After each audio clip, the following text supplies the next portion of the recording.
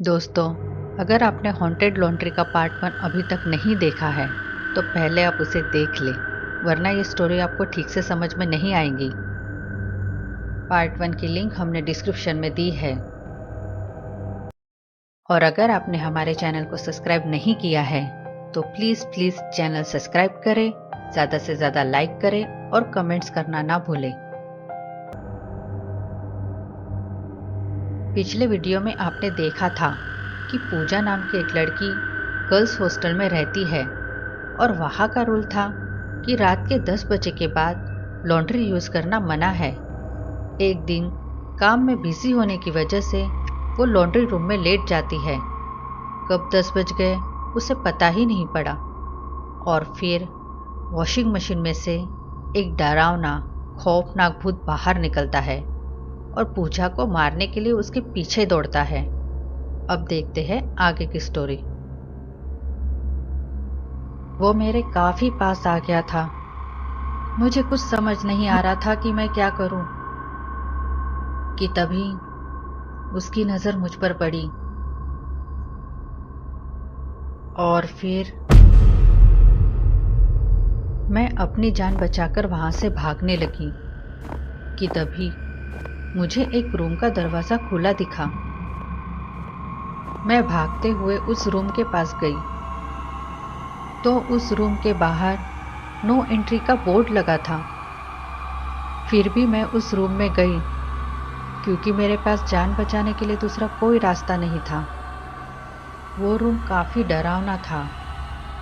जगह जगह पर मकड़ी के जाले लगे थे। ऐसा लग रहा था मानो जैसे वो रूम उसी भूत का हो और सालों से वो वहां रहता हो। लेकिन फिर भी मैंने इस बात को इग्नोर किया क्योंकि मुझे जैसे तैसे रात निकालनी थी। 10 बजे के बाद लॉन्ड्री यूज करना मना है। मैं काफी डर गई थी लेकिन वहां कोई नहीं था। मैं डरते डरते उस रूम में रखे बेड पर बैठ गई। मेरी कब आंख लग गई मुझे पता ही नहीं पड़ा। आधी रात में उस रूम में अजीब अजीब घटना घटने लगी। अचानक दीवार पर लगी फ्रेम हिलने लगी।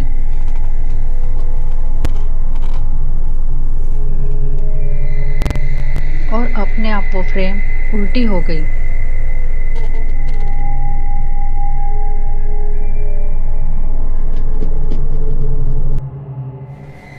फिर किसी अदृश्य शक्ति ने धीरे धीरे मेरे ऊपर से चादर खींची। इससे मैं काफी डर गई थी। मैं भागना चाहती थी लेकिन भाग नहीं पा रही थी। ऐसा लग रहा था मानो मैं बर्फ की तरह जम गई हूं। तभी फिर से फ्रेम हिलने लगी और अपने आप जोर जोर से घूमने लगी। फ्रेम इतनी जोर जोर से घूम रही थी कि वो फ्रेम दीवार से निकलकर जमीन पर जा गिरी। और फिर उसके बाद जो मैंने देखा वो काफी डरावना था। उस दीवार से एक काला लिक्विड बाहर निकलकर पानी की तरफ फैल रहा था। फिर उस काले लिक्विड में से एक काला डरावना हाथ बाहर निकलकर मेरी तरफ बढ़ने लगा। उस हाथ ने देखते ही देखते मुझे हवा में उठा लिया और जोर जोर से घुमाने लगा। वो मंजर काफी डरावना था। मुझे ऐसा लग रहा था जैसे ये मेरी आखिरी रात हो। लेकिन थोड़ी ही देर बाद मुझे ऐसा लगा जैसे मेरे शरीर में जान आ गई हो। मैं जल्दी से अपनी जान बचाते हुए उस रूम के बाहर निकली और मैट्रन के रूम की ओर भागने लगी। मैम, दरवाजा खोलिए। मैम, यहाँ भूत है, प्लीज दरवाजा खोलिए मैम।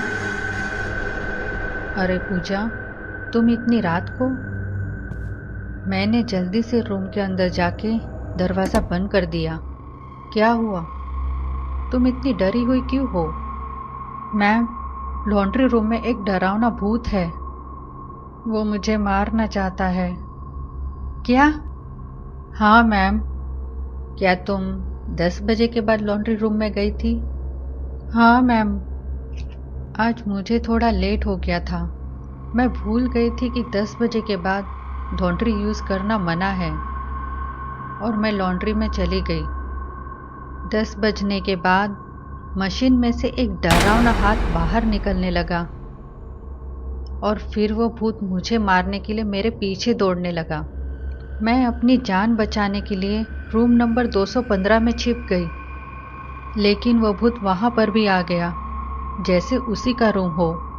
फिर मैं जैसे तैसे अपनी जान बचाते हुए आपके पास आ गई। प्लीज़ मैम मुझे बचा लीजिए, मुझे बहुत डर लग रहा है। हाँ, वो रूम उसी भूत का है। उसका नाम कविता था। कविता? कौन है ये लड़की और क्यों 10 बजे के बाद लॉन्ड्री में जाना मना है? मैम बताइए, क्या हुआ था उसके साथ? ये बात 6 साल पुरानी है। कविता इस हॉस्टल में फ्रेशर थी और जूनियर भी। कविता बहुत ही शांत स्वभाव की लड़की थी, इसलिए सीनियर स्टूडेंट्स उसे बहुत ही परेशान किया करते थे। एक दिन सीनियर स्टूडेंट्स ने उसकी रैगिंग की। उन्होंने उसे भूत के नाम से डराना चाहा। उन्होंने कविता से कहा कि हमारे हॉस्टल के लॉन्ड्री रूम में भूत है और रात के 10 बजे के बाद लॉन्ड्री यूज़ करना मना है।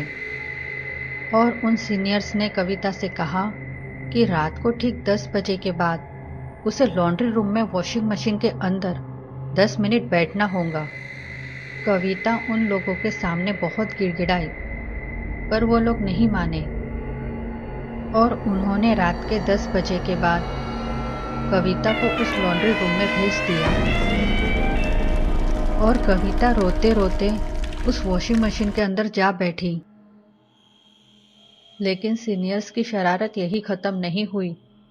उन लोगों के दिमाग में तो कुछ और ही चल रहा था।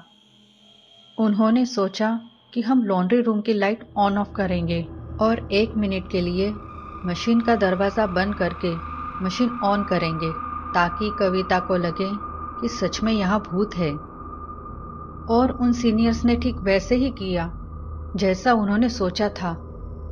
उन्होंने कविता को डराने के लिए मशीन का दरवाज़ा बंद कर दिया और मशीन चालू किया। कविता डर के मारे चीखने लगी, चिल्लाने लगी। ये देखकर उन सीनियर्स को मज़ा आ रहा था। जब उन्होंने मशीन बंद करना चाहा, तो मशीन बंद नहीं हो रहा था। ये देखकर सीनियर्स बहुत डर गए। उन्होंने बहुत कोशिश की मशीन बंद करने की, दरवाज़ा खोलने की, लेकिन मशीन बंद नहीं हुआ और कविता ने चीखते चीखते उस मशीन में दम तोड़ दिया। जब कविता की मौत हुई तब रात के 10:05 हुए थे। इसलिए तब से लेकर आज तक कविता का भूत रात के 10 बजे के बाद उस लॉन्ड्री रूम में आता है, ताकि अपने कातिलों से अपनी मौत का बदला ले सके। क्योंकि कविता की मौत के बाद उन सीनियर्स ने यह हॉस्टल ही छोड़ दिया था, तो क्या जब तक उसकी मौत का बदला पूरा नहीं होगा तब तक ऐसे ही उसका भूत सबको परेशान करता रहेगा? हाँ, इन सब में हम लोग कुछ नहीं कर सकते और ना ही यह हॉस्टल बंद कर सकते हैं। इसलिए इस हॉस्टल में यह रूल बना दिया गया कि रात को 10 बजे के बाद लॉन्ड्री यूज़ करना मना है, ताकि किसी की जान को कोई खतरा ना हो। क्योंकि जो 10 बजे के बाद लॉन्ड्री यूज़ करता है उसे ही वो कविता का भूत दिखाई देता है। और हाँ, कविता के भूत ने अब तक 2 लड़कियों को अपना शिकार बनाया है। इसलिए आज की रात तुम मेरे रूम में ही रुको।